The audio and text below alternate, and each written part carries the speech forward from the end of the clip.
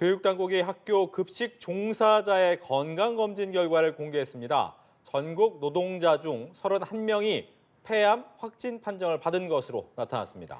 하지만 학교 비정규직 노조는 정부의 통계와 대책이 현실과 동떨어져 있다며 강하게 비판했습니다. 곽준영 기자입니다. 학교 급식 종사자들의 폐암 판정이 산재로 인정되는 일이 늘자 정부는 이들에 대한 건강검진을 작년 한 해 동안 실시했습니다.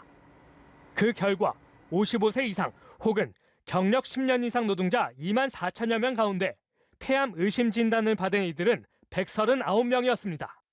이 중 31명은 폐암 확진 판정을 받았습니다.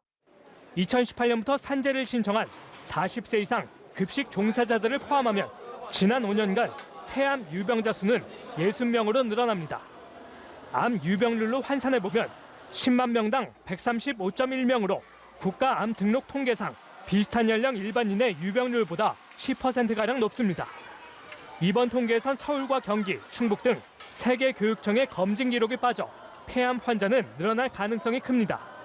교육부는 추적 검사가 필요한 노동자에게 검진비를 지원하고 폐암 확진자들에게 병가와 휴직 등을 보장한다는 방침입니다.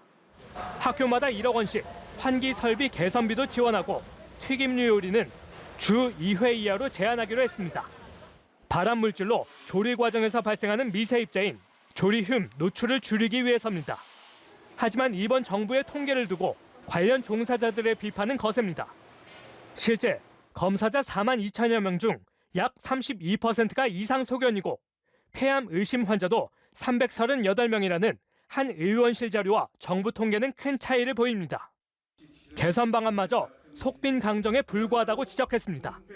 우려를 감추기 어려운 수준입니다. 먼저 중단기 대책이 없습니다. 마스크 착용 등 대책에 이르러서는 황당하기 그지없습니다.